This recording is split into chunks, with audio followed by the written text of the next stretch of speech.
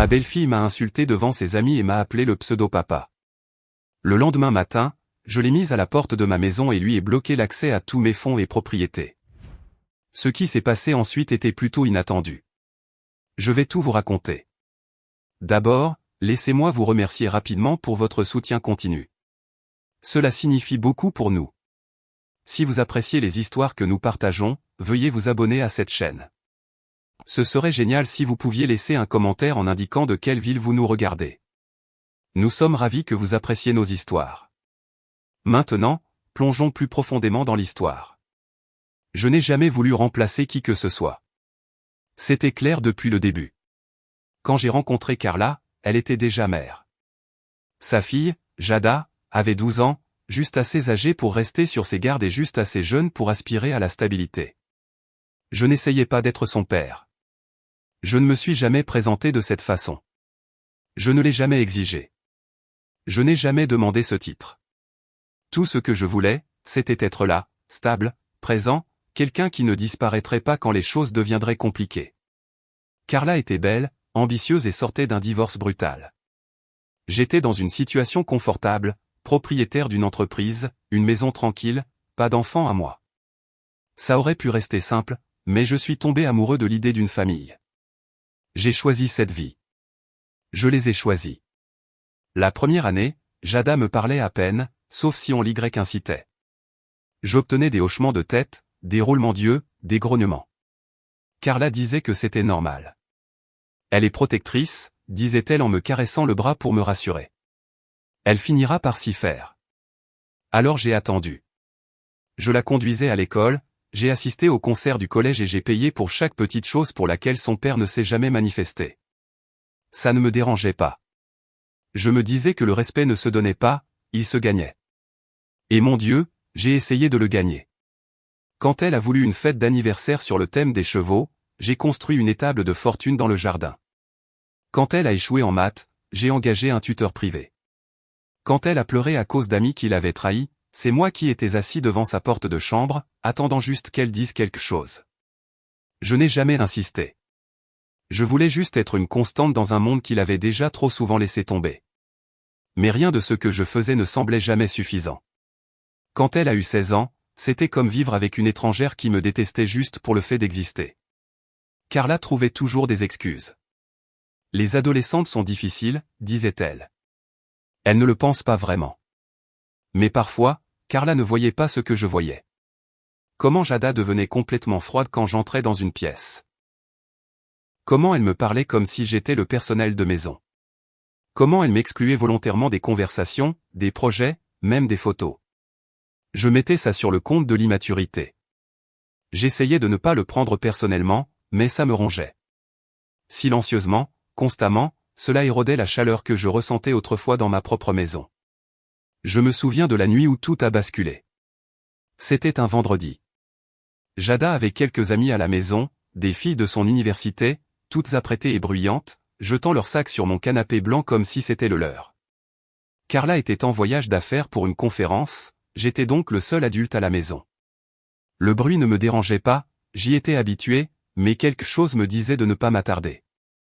J'ai apporté des sodas et des snacks supplémentaires comme je le faisais toujours, en essayant de ne pas être trop envahissant. Merci, Monsieur Reynolds, a dit l'une de ses amies. J'ai souri, hoché la tête et me suis retourné pour partir. Puis je l'ai entendu, assez fort pour me figer sur place. Pourquoi il essaie toujours autant? Jean, ce n'est même pas mon vrai père. C'est un tel pseudo-papa. C'est un peu pathétique. Des rires ont suivi. Pas des rires choqués, des rires à l'aise, complices. Je n'ai pas bougé. Je suis resté juste au coin du mur, hors de vue, tenant un plateau de boisson comme un idiot. Mes mains tremblaient, pas de rage, mais de quelque chose de plus froid, de plus vide. Ce n'étaient pas seulement les mots. C'était la désinvolture avec laquelle ils avaient été prononcés. Comme si c'était ainsi qu'elle parlait toujours de moi. Comme si je n'étais rien de plus qu'une blague récurrente dans ma propre foutue maison. Ma poitrine s'est serrée, mais j'ai ravalé ma salive. J'ai posé le plateau, suis monté à l'étage et me suis assis sur le bord de mon lit en silence pendant un long moment. J'ai dû fixer le sol pendant 1 heure avant de pouvoir enfin respirer normalement. Le lendemain matin, elle est descendue comme si de rien n'était. Les cheveux en chignon décoiffés, le téléphone à la main, faisant défiler son écran avec ce désintérêt étudié. Elle ne m'a même pas regardé quand elle a dit « On n'a plus de lait d'avoine ». Je l'ai regardé, vraiment regardé. Son visage était si familier et pourtant si distant. On n'a plus de respect non plus, ai-je dit doucement. Elle a cligné des yeux, confuse. Quoi? Je me suis levé lentement, en repoussant ma chaise. Tu as 30 minutes pour faire tes valises. Tu n'es plus la bienvenue ici. Elle a ri. Littéralement ri. Tu plaisantes. Non. Tu ne peux pas simplement me mettre à la porte. C'est ma maison. Non, c'est la mienne. Et tu as clairement montré que tu ne veux pas de moi dans ta vie, alors je n'y serai plus. Elle est partie en trombe, appelant sa mère. J'entendais la voix de Carla crier à travers le téléphone. Choquée, furieuse, mais je m'en fichais. Je me suis connecté à mes comptes. J'ai désactivé sa carte de crédit, révoqué l'accès aux véhicules partagés, changé les codes de la serrure intelligente, tout ce que j'avais mis en place pour lui faciliter la vie. J'ai tout coupé en moins de 20 minutes. Elle pleurait et faisait les 100 pas quand je lui ai dit que son Uber était dehors. Je ne l'ai pas prise dans mes bras. Je n'ai pas crié.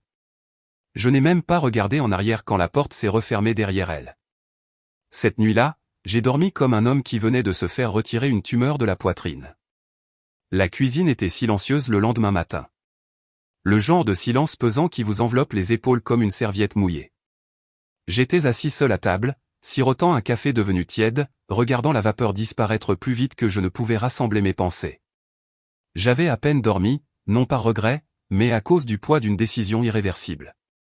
Jada était partie la veille dans un tourbillon de protestations choquées et d'accusations larmoyantes. Mais je n'avais pas cédé. Les mots qu'elle avait prononcés devant ses amis résonnaient dans ma tête comme un refrain que je ne pouvais oublier. Pseudo-papa. Pathétique. Ma poitrine se serrait chaque fois que je me souvenais des sourires narquois, des ricanements, de la façon dont il m'avait rejeté comme un mauvais personnage de sitcom. Je ne m'attendais pas à de la gratitude, mais ce niveau de mépris, ça a creusé quelque chose en moi. Quand Jada est finalement descendue ce matin-là, elle ressemblait à quelqu'un qui venait de descendre d'un podium de défilé. Cheveux lissés, maquillage impeccable, son attitude de retour. Il n'y avait pas une once de remords sur son visage. Elle portait sa défiance comme un manteau de créateur zippé jusqu'en haut. Elle m'a jeté un regard, puis a regardé le petit déjeuner intact que j'avais préparé par habitude. Toast, le lait d'avoine dont elle s'était plainte, et a eu un ricanement si léger qu'il était à peine audible. J'aurais dû l'ignorer. J'aurais dû laisser passer comme toutes les autres petites piques. Mais quelque chose en moi a craqué. J'en avais marre de laisser passer les choses. J'en avais marre de faire semblant d'aller bien en vivant avec quelqu'un qui détestait clairement chaque souffle que je prenais en sa présence. Tu peux t'asseoir, ai-je dit sans lever les yeux, mais tu ne resteras pas, elle a ri de nouveau. Toujours là-dessus. J'ai croisé les mains sur la table et les regardé droit dans les yeux. Tu as dit ce que tu as dit et j'ai fini de faire comme si je n'avais pas entendu. Elle a roulé des yeux et s'est appuyée contre le comptoir. C'était une blague. Mon Dieu, tu es si susceptible. Pas étonnant que tu ne sois pas un vrai père. Je n'ai pas bronché. Exactement. Je ne suis pas ton vrai père, donc je n'ai aucune obligation de t'héberger, de te nourrir ou de financer ta vie. Tu es une adulte maintenant, Jada. Tu as fait ton choix. Maintenant, assume-le. Elle a cligné des yeux, surprise un instant. Sa façade de fille cool s'est fissurée, puis elle a souri, un sourire crispé et suffisant. Maman ne laissera pas passer ça. Je me suis levé et j'ai pris mes clés. Alors elle est la bienvenue pour te trouver un endroit où rester. Tu as 30 minutes. J'ai quitté la maison avant de dire quelque chose que je ne pourrais pas retirer. J'ai conduit un moment, sans but, essayant juste de calmer mon rythme cardiaque. Mon téléphone n'arrêtait pas de vibrer. Des appels de Carla, quelques-uns de Jada que j'ai ignorés. Chaque vibration était comme une exigence, une tension sur ma patience. Je me suis garé dans un centre commercial, j'ai acheté un café dont je n'avais pas besoin et je me suis assis sur le parking à regarder le vide. Quand Carla a finalement envoyé un message qui disait simplement « Nous devons parler maintenant », je suis rentré à la maison, en me blindant. Je m'attendais à de la colère. Je ne réalisais pas à quel point elle serait prête à riposter. Quand j'ai ouvert la porte, elles étaient toutes les deux là, Jada sur le canapé comme si de rien n'était. Carla, debout dans l'entrée, les bras croisés, comme une directrice d'école attendant de gronder un élève. J'ai fermé la porte derrière moi et j'ai posé mes clés avec des mouvements lents et délibérés. Carla n'a pas perdu de temps. Tu n'avais pas le droit, a-t-elle lâché, la voix tremblant plus d'émotion que de volume. C'est ma fille. Tu n'as pas le droit de la jeter comme un déchet. J'ai pris une grande inspiration, essayant de rester calme. Elle m'a manqué de respect, pas seulement en privé, mais devant ses amis. Elle a tourné en dérision tout ce que j'ai fait pour elle, et tu as laissé faire ça pendant des années. C'est une enfant, a crié Carla. Elle a 20 ans, ai-je corrigé. Une jeune femme qui sait exactement ce qu'elle fait. Et si tu penses vraiment que ce n'est qu'à propos d'un commentaire, alors tu n'as pas fait attention. Carla m'a regardé comme si j'avais parlé une autre langue. Jada, depuis sa place sur le canapé, a souri narquoisement en faisant tourner son téléphone entre ses doigts. Ce regard, si suffisant, si imperturbable, a rallumé quelque chose en moi que je ne savais pas encore brûler. Je me suis tourné vers Carla, essayant une dernière fois de la raisonner. Tu ne le vois vraiment pas? La façon dont elle me parle? La façon dont elle me traite comme une blague? Je n'ai jamais essayé de remplacer son père. J'ai juste essayé d'être un homme décent dans sa vie et elle n'a fait que me cracher au visage en retour. Elle traverse des moments difficiles, a crié Carla. Tu penses qu'elle est parfaite? Elle a des problèmes d'identité, de pression, d'être tenue responsable, ai-je interrompu, parce que c'est tout ce dont il s'agit. Elle n'a jamais eu à faire face aux conséquences. Et maintenant qu'elle doit le faire, tu agis comme si j'étais le méchant. Jada s'est levée, les bras croisés. Tu agis comme si tu étais un héros. Tu as acheté des choses. La belle affaire. Ça ne fait pas de toi un père. Je l'ai regardé, vraiment regardé, et je n'ai rien ressenti. Pas de colère, pas de chagrin. Juste une froide compréhension que cette personne ne me verrait jamais comme autre chose qu'un portefeuille. Tu as raison, ai-je dit doucement. Je ne suis pas ton père, mais j'étais ta bouée de sauvetage, et je viens de couper la corde. Carla s'est précipitée en avant, m'attrapant le bras. Tu ne peux pas faire ça, Darren. S'il te plaît, ne laisse pas ça tout gâcher. Mais c'était déjà fait. J'ai retiré mon bras et reculé. Tu as fait ton choix au moment où tu l'as laissé revenir ici sans une excuse. Tu as choisi son confort plutôt que ma dignité. Et maintenant, a-t-elle murmuré. Je l'ai fixé un long moment avant de parler. Maintenant, j'appelle mon avocat. Il y a eu une immobilité dans la pièce après ça. Pas un silence, juste une immobilité. Comme si tout le monde réalisait soudain que ce n'était pas juste une dispute. C'était le moment où les choses se brisaient. Carla clignait des yeux rapidement comme si elle essayait de retenir ses larmes, mais je ne l'ai pas prise dans mes bras. Je ne l'ai pas réconfortée. Je l'avais fait trop de fois, pour être ensuite minée. Jada s'est affalée sur le canapé, soudainement silencieuse, soudainement incertaine. Je suis monté à l'étage et j'ai fermé la porte derrière moi. Mes mains étaient stables quand j'ai retiré mon alliance et les posé sur la table de chevet. C'était le moment le plus paisible que j'avais ressenti depuis des années. Au moment où je suis descendu le lendemain matin, je savais déjà que quelque chose n'allait pas. La maison était trop chaude, trop bruyante, trop pleine de tension pour être vide. J'ai entendu le bruit inimitable de Tom sur le parquet et le faible murmure de voix que je ne m'attendais pas à réentendre. Pas encore, et pas comme ça. Quand j'ai tourné au coin du salon, elle était là, Jada, sur le canapé, les jambes repliées sous elle comme si l'endroit lui appartenait, un bol de céréales sur les genoux et son téléphone à la main. Pas d'excuses, pas de regard penaud, pas de remords, juste un bref coup d'œil dans ma direction avant de se retourner vers son écran comme si j'étais à nouveau le personnel de maison. Et juste derrière elle, debout, les bras croisés avec ce regard de fureur étudié, Carla. Elle avait l'air reposée, résolue, comme si elle avait eu toute la nuit pour se convaincre qu'elle avait raison, comme si elle était prête à partir en guerre pour ça. Elle n'a rien dit au début, me fixant juste comme si c'était moi qui avais franchi une ligne. Mon estomac s'est noué, mais je n'ai pas bronché. Je n'ai pas dit un mot. Je voulais l'entendre directement de sa bouche, le mensonge avec lequel elle avait clairement décidé de vivre. Carla s'est raclé la gorge et a fait un geste vers le canapé. Elle ne va nulle part, a-t-elle dit. Et tu n'avais aucun droit de la mettre à la porte. J'ai penché la tête, la voix calme. Aucun droit. C'est ça, a-t-elle dit en s'avançant. C'est ma fille. C'est sa maison.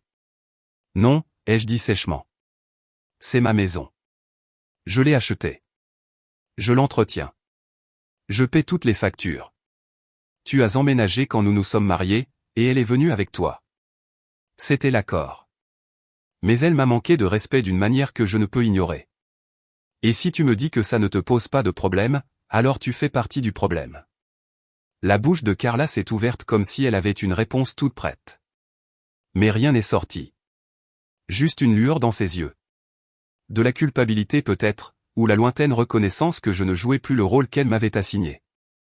Jada a levé les yeux à nouveau, mâchant toujours, et a dit « Mon Dieu, tu es si dramatique. » C'était juste une blague. Sa voix dégoulinait d'ennui, le genre que les adolescents utilisent quand ils veulent vous faire savoir qu'ils ont arrêté d'écouter il y a 10 minutes. Je sentais mon pouce accélérer, mais je l'ai gardé enfoui. Inutile de crier. Le message avait déjà été délivré. Il était temps de passer à l'action. Tu n'as pas le droit de me traiter comme une blague et de vivre de mon argent, ai-je dit à Jada sans élever la voix. Ces jours sont révolus. Jada s'est levée, le bol toujours à la main. Tu penses que je veux quelque chose de toi? S'il te plaît, garde ton argent. Je n'ai pas besoin de toi. J'ai hoché la tête une fois. Parfait. Alors ça ne te dérangera pas de repartir aujourd'hui. Carla s'est interposée entre nous. Elle ne part pas. Si tu penses que tu vas intimider ma fille pour la chasser de sa propre maison. Je n'intimide personne, ai-je interrompu. J'établis des limites. Et si tu n'es pas prête à soutenir ça, alors peut-être que tu devrais faire tes valises aussi. L'air dans la pièce a changé après ça. Il est devenu plus lourd, plus épais, comme si la vérité avait enfin fait son apparition et que personne ne savait comment respirer autour d'elle. Carla m'a regardé, abasourdi. Pendant une seconde, je pense qu'elle n'a vraiment pas cru que j'étais sérieux. Mais je l'étais. Chaque mot dit mot. Je suis passé devant elle, j'ai pris mon téléphone sur le comptoir de la cuisine et je suis sorti. Je n'ai même pas eu besoin de rappeler mon avocat. Nous avions déjà fait réviser le contrat de mariage quand les choses avaient commencé à se dégrader des mois auparavant. Il attendait juste mon feu vert, et je le lui ai donné, debout pieds nus dans mon propre jardin pendant que mon mariage s'effondrait à l'intérieur. Je suis resté dehors pendant près d'une heure, assez longtemps pour sentir le soleil réchauffer ma peau. Assez longtemps pour entendre les bruits étouffés de Carla faisant les 100 pas à l'étage, Jada claquant une porte, quelqu'un jetant quelque chose qui s'est brisé sur le carrelage. Mais je ne suis pas rentré avant que la maison ne soit calme. J'avais besoin du silence. J'avais besoin de ce moment pour enregistrer ce que je venais de mettre en branle. Quand je suis finalement rentré, Carla était dans la salle à manger, la tête entre les mains. Elle a levé les yeux quand je suis passé et a murmuré, « Tu l'as vraiment appelé ?» Oui. Elle a secoué la tête lentement. « Tu es en train de tout faire exploser pour une seule dispute. » Non, ai-je dit. Je me retire après des années de manque de respect. Cette dispute m'a juste rappelé que je mérite mieux. Je suis monté, j'ai fait un petit sac et j'ai réservé une chambre en ville. Je ne voulais pas rester dans cette maison avec elle. Plus maintenant. Ça ne ressemblait plus à un foyer. Ça ne l'avait pas été depuis longtemps.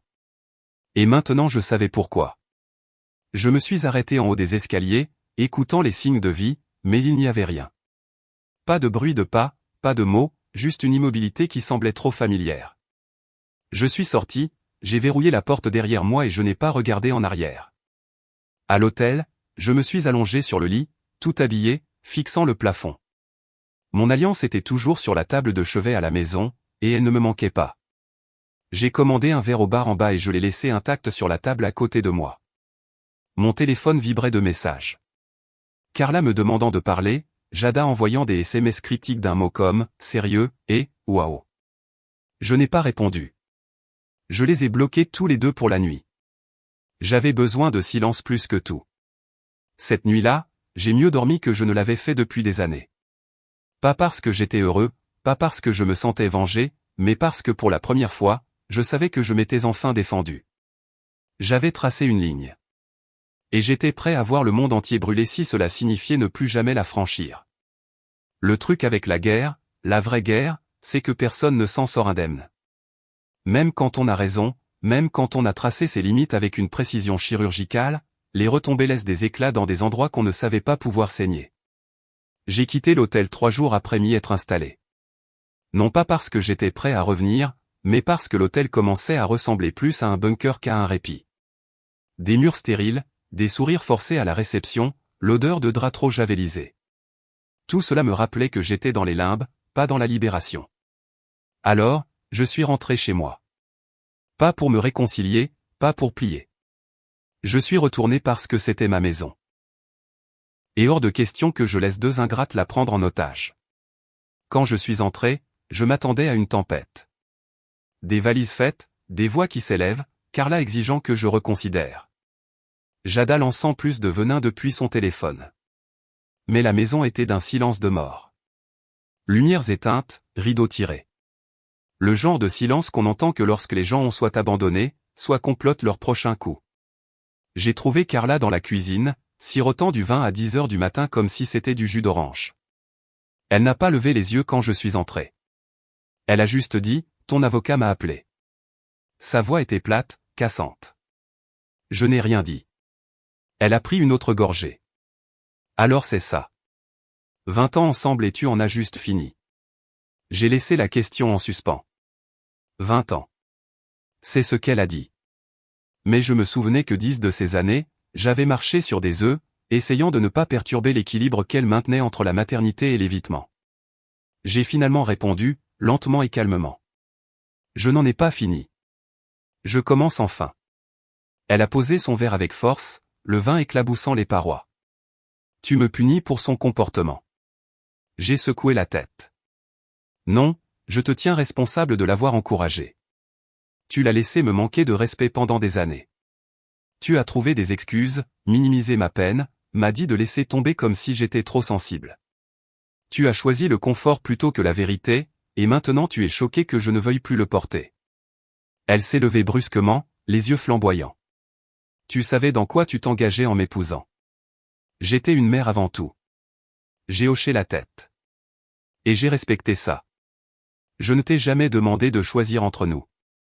Mais à la seconde où tu l'as ramenée dans cette maison après ce qu'elle m'a dit, tu as fait ton choix. Le reste de la journée s'est écoulé au ralenti. Pas de cris, pas de larmes, juste deux personnes marchant sur la pointe des pieds autour des ruines de ce qui était autrefois un mariage. Jada n'est pas sortie de sa chambre une seule fois.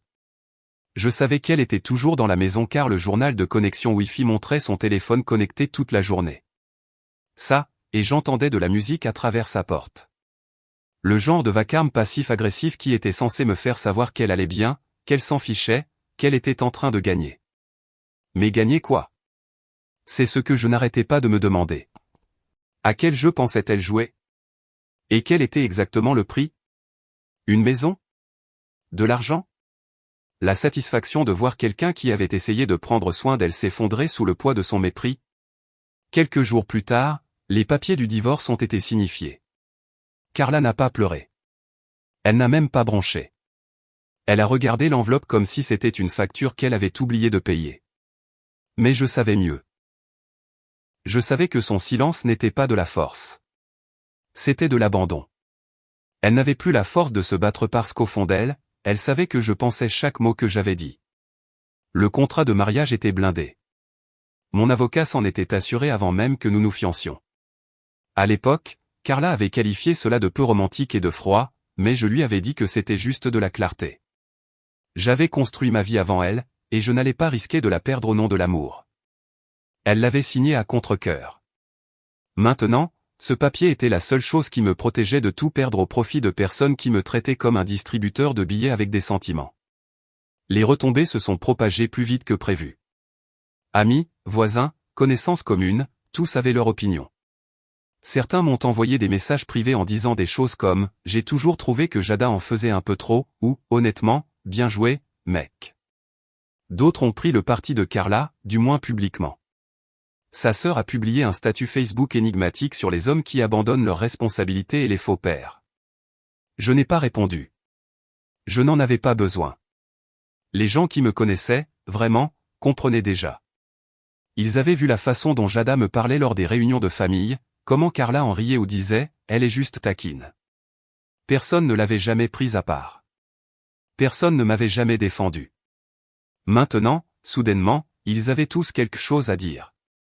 C'est un de mes locataires, Franck, un mécanicien à la retraite qui vivait dans un de mes duplex en location, qui m'a donné la réaction la plus honnête. J'étais passé pour vérifier un robinet qui fuyait, ayant juste besoin d'une pause de la maison, quand il m'a tendu une bière et a dit « J'ai entendu ce qui s'est passé ». Je me suis préparé au jugement, mais il a juste haussé les épaules. Tu n'as pas tort. Tu sais, les gens prennent la gentillesse pour de la faiblesse, mais débrancher la prise, ça demande du courage. Nous sommes restés assis en silence un moment, sirotant nos bières et regardant le soleil se coucher derrière les arbres. Puis il a ajouté, il m'a fallu 2 divorces pour apprendre la même chose. Un jour, tu te réveilles et tu réalises que la tranquillité d'esprit est plus précieuse que le fait d'être apprécié. Je n'ai pas répondu, mais ces mots se sont installés en moi comme une pierre. De retour à la maison, Carla avait commencé à faire ses cartons, tranquillement, méthodiquement, sans théâtralité. Elle connaissait le calendrier. Le contrat de mariage lui donnait un délai de 30 jours après le dépôt de la demande pour quitter les lieux, et elle n'allait pas se battre. Jada, par contre, n'avait pas emballé une seule chose. Elle continuait de se pavaner comme si rien de tout cela ne la concernait. Quand je lui ai demandé si elle avait pris des dispositions, elle a roulé des yeux et a marmonné, « Tu penses sérieusement que je vais partir ?» Je n'ai pas répondu. Je suis juste parti. Elle était sur le point d'apprendre la différence entre la rébellion adolescente et les conséquences de l'âge adulte. Dès que Carla serait partie, elle aussi. Pas de bail, pas de droit, plus de tolérance. Ce qui m'a le plus stupéfié, ce n'était pas le manque de respect. C'était le manque total de conscience de soi. Aucune des deux n'avait pris un moment pour réfléchir. Il n'y avait eu ni excuse, ni conversation, juste de l'indignation et de l'arrogance. Carla m'avait dit un jour que Jada finirait par perdre son attitude. Mais au lieu de s'en défaire, elle avait été nourrie par celle-ci, alimentée par des excuses, protégée de toute responsabilité. Et maintenant que ce bouclier s'était fissuré, elle ne le réalisait tout simplement pas encore. À la fin de la semaine, les déménageurs avaient été programmés. Carla m'a demandé si je serais prêt à parler une dernière fois avant son départ. J'ai accepté. Nous nous sommes assis sur le porche comme des étrangers regardant un orage approcher. Elle s'est tournée vers moi et a dit, « Tu sais, je ne te déteste pas », j'ai hoché la tête. « Je ne te déteste pas non plus. » Elle a baissé les yeux sur ses mains. Je pensais juste que si nous tenions bon assez longtemps, peut-être que les choses s'arrangeraient. J'ai soupiré. Elles ne se sont pas arrangées. Et elles ne le feront pas, parce qu'arranger les choses, ce n'est pas guérir. C'est dissimuler. Elle n'a pas argumenté. Nous avons regardé la pluie tomber à verse. Et pendant un instant, il y a eu la paix. Mais la paix, j'avais appris, avait un coût, et j'étais enfin prêt à le payer. Il y a quelque chose d'étrange à se promener dans une maison qui était autrefois pleine de vie, pour la trouver vide, non pas de gens, mais d'énergie. L'air est plus lourd. Chaque pièce résonne. On commence à réaliser à quel point une présence fait du bruit, même si elle était toxique. Carla avait déménagé 2 jours plus tôt. Le dernier carton est allé dans un camion U-Haul qu'elle n'a pas pris la peine de louer elle-même. Son frère est venu l'aider, me disant à peine un mot. Je ne m'attendais pas à un au revoir de sa part. Je n'en ai pas eu non plus. Jada, cependant, c'était une autre histoire. Elle n'est pas partie avec sa mère. Elle est restée, comme si par pure volonté elle pouvait défaire la réalité. Je lui ai donné 72 heures. Je lui ai dit, platement et sans émotion, tu ne restes pas ici. Prends ce que tu veux. Ce qui restera après sera jeté. Elle m'a traité de monstre. J'ai appelé ça une conclusion. Mais dans les moments calmes qui ont suivi, quand la porte d'entrée s'est refermée et que j'étais enfin complètement seul, je ne me sentais pas victorieux. Je ne me sentais pas libre. Je me sentais lourd. Pas de regret. Non, ce train était déjà parti, mais de souvenirs. Des anciens. Le genre qui vous surprend quand la colère s'estompe et que tout ce qui reste est une série de « et si ». Je me souviens de Jada à 13 ans, debout dans l'encadrement de la porte de mon bureau, tenant un test de maths avec un énorme F rouge dessus. Elle avait l'air embarrassée mais déterminée. « Je ne comprends pas », a-t-elle marmonné. « Tu peux m'aider ?» Et je l'ai fait. Je suis resté avec elle pendant des heures, passant en revue des équations que je n'avais pas touchées depuis le lycée. Elle détestait chaque seconde, mais elle a continué à venir chaque après-midi jusqu'à ce que ses notes commencent à s'améliorer. Elle n'a jamais dit merci, mais je ne l'ai pas fait pour ça. Il y a eu ce Noël. Elle avait demandé une PlayStation. Son père la lui avait promise des mois auparavant. Et bien sûr, il n'a pas tenu sa promesse. Elle n'a pas pleuré, a juste haussé les épaules comme si elle s'y attendait. J'ai attendu que les magasins ouvrent le lendemain matin et j'en ai trouvé une à 3 villes de là. J'ai conduit 2 heures, fait la queue avec d'autres parents désespérés, payé le double de sa valeur. Quand je suis rentré et que je la lui ai donnée, elle ne l'a même pas déballée. Elle a juste dit, tu n'étais pas obligé de faire ça. Mais je l'étais, parce que je voulais qu'elle sente que quelqu'un avait enfin tenu sa promesse.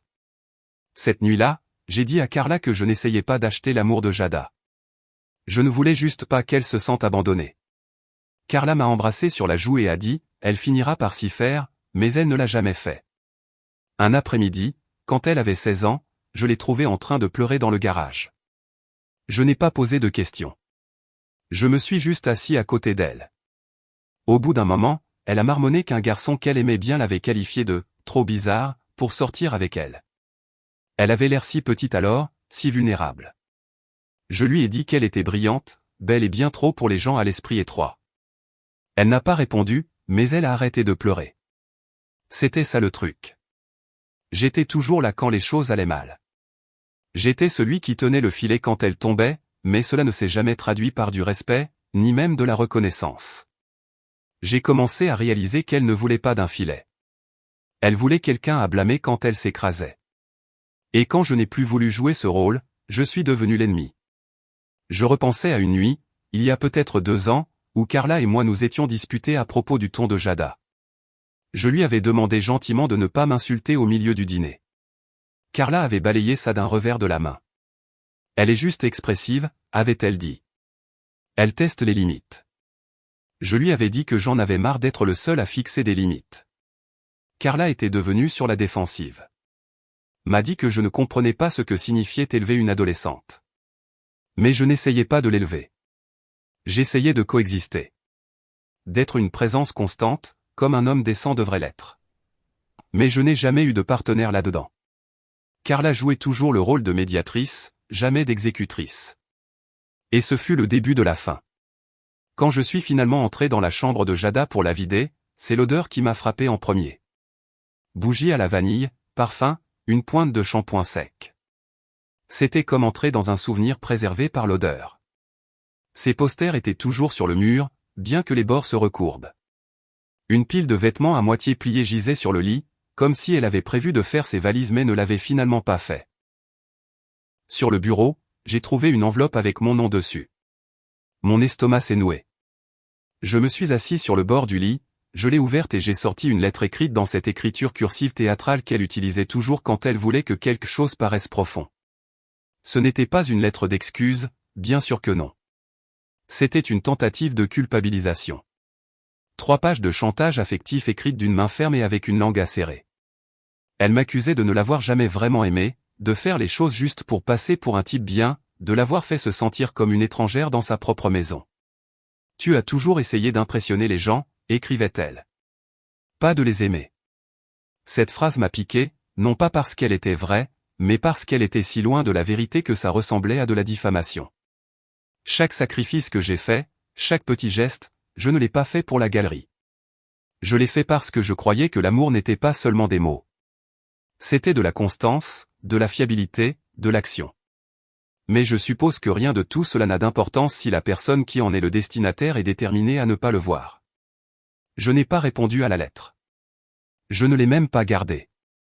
Je l'ai repliée dans l'enveloppe, je me suis approché de la cheminée et j'ai allumé une allumette. Elle a brûlé rapidement, ses bords s'enroulant, transformant les mots acérés en cendres. Je suis resté là à regarder jusqu'à ce que la dernière braise s'éteigne, et je me suis senti plus léger. Pas absous, juste lucide. Elle avait fait connaître sa vérité, et je n'avais plus aucune obligation de la porter.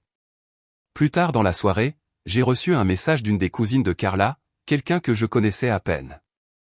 Elle a dit, « Je sais que tu traverses une période difficile. Je voulais juste te dire que j'ai toujours pensé que tu étais un homme bien. » Jada et Carla ont profité de ça, et je suis désolé que tu te sois retrouvé au milieu de tout ça. C'était peu de choses, mais ça a signifié plus que je ne l'aurais cru, car parfois, tout ce dont on a besoin, c'est d'une personne qui dise « Je l'ai vu, moi aussi ». Il m'a fallu près d'une semaine avant de pouvoir traverser toute la maison sans m'arrêter à chaque porte en me demandant ce qui s'y trouvait autrefois, quelle énergie, quel écho, quelle version de moi-même. Il fut un temps où cette maison semblait trop grande pour un seul homme. Maintenant, elle semblait juste à la bonne taille. Chaque pièce avait un calme qui ne semblait pas solitaire. Il semblait mériter. Je me déplaçais lentement à travers elle, comme quelqu'un qui se remet d'une opération. Pas de télévision hurlant en fond sonore. Pas de pas martelant les escaliers en signe de défi. Pas de porte claquant à la place des conversations. Juste la paix. Une paix sacrée et lourde qui m'avait coûté presque tout ce que je pensais construire, mais qui m'a rendu quelque chose de bien plus important, moi-même. Le premier matin que j'ai passé vraiment seul, j'ai fait du café en silence et je suis resté pieds nus sur le carrelage de la cuisine, regardant par la fenêtre le jardin que je tondais à la main juste pour économiser quelques dollars. J'ai vu la vieille balançoire que j'avais montée un été où Jada avait dit qu'elle en voulait une. Elle l'a utilisée exactement 2 fois, mais je ne l'ai jamais démontée. Pendant des années, je n'arrêtais pas de penser, peut-être qu'un jour, elle amènera ses propres enfants dans ce jardin. Peut-être qu'un jour, elle verra ce que j'essayais de lui donner. Ce fantasme est mort au moment où j'ai lu sa lettre.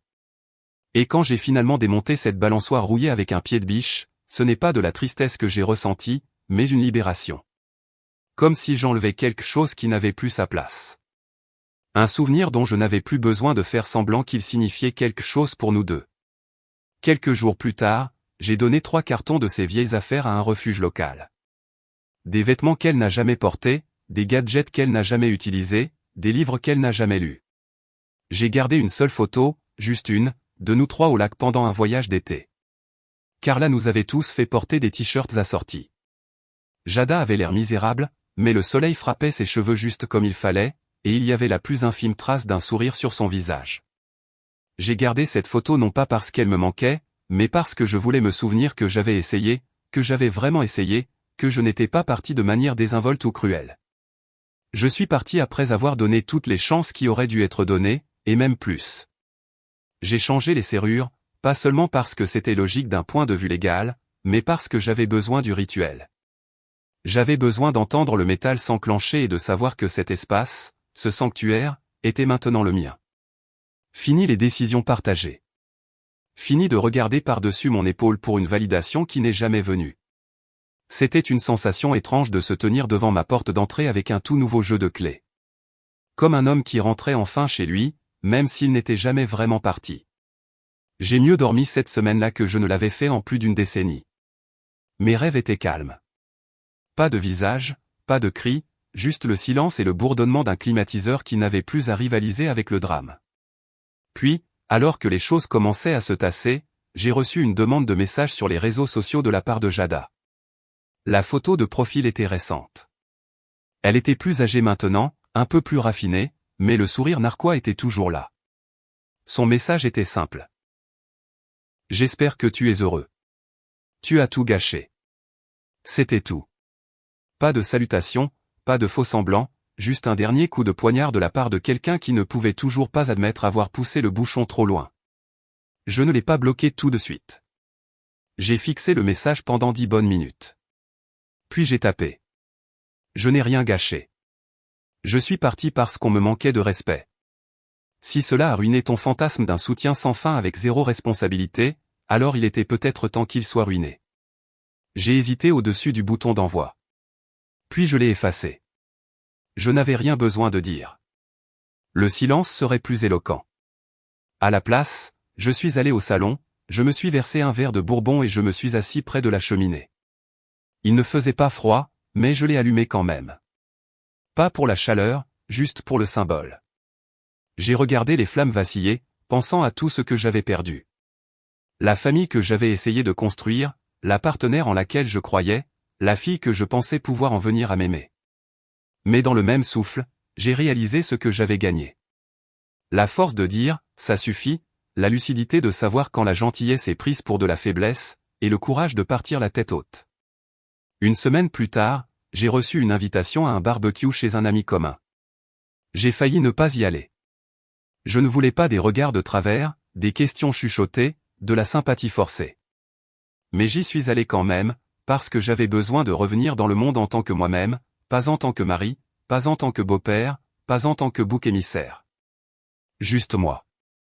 Et à ma grande surprise, les gens l'ont remarqué. Un ami m'a pris à part et m'a dit, « Tu as l'air plus léger, comme si un poids t'avait été enlevé. » J'ai souri, car c'était le cas. Nous avons parlé, nous avons ri, nous avons joué aux cartes, et pour la première fois depuis des années, je n'ai pas eu l'impression de devoir me justifier. Plus tard dans la soirée, je suis rentré chez moi, j'ai enlevé mes chaussures et je suis resté dans l'entrée. Ce silence, le même silence qui me semblait autrefois étouffant, ressemblait maintenant à une chanson, un hymne à ma propre liberté. Je n'avais pas besoin de bruit pour remplir l'espace. Je n'avais pas besoin de gens pour que ça ressemble à un foyer. J'avais besoin de respect. J'avais besoin de limites. J'avais besoin de paix. Et maintenant, j'avais les trois. On dit que la famille, c'est pour toujours. Mais j'ai appris que ce n'est vrai que lorsqu'il y a un respect mutuel. L'amour sans respect, c'est de la manipulation. Le sacrifice sans reconnaissance, c'est de la servitude. Je suis parti non pas parce que j'avais cessé de m'en soucier, mais parce que j'ai commencé à me soucier de moi-même. Je ne regretterai jamais ce que j'ai donné. Mais je ne m'excuserai jamais d'avoir choisi la paix plutôt que la performance. Si vous avez déjà atteint un point de rupture dans votre propre famille, je veux en entendre parler. Quelles limites avez-vous fixées et qu'est-ce que cela vous a coûté? Partagez votre histoire dans les commentaires ci-dessous. Et si cette histoire vous a un peu trop touché, n'hésitez pas à cliquer sur le bouton j'aime, à vous abonner pour plus de contenu, et à la partager avec quelqu'un qui a besoin d'un rappel. La paix ne se donne pas, elle se revendique. À bientôt dans la prochaine histoire.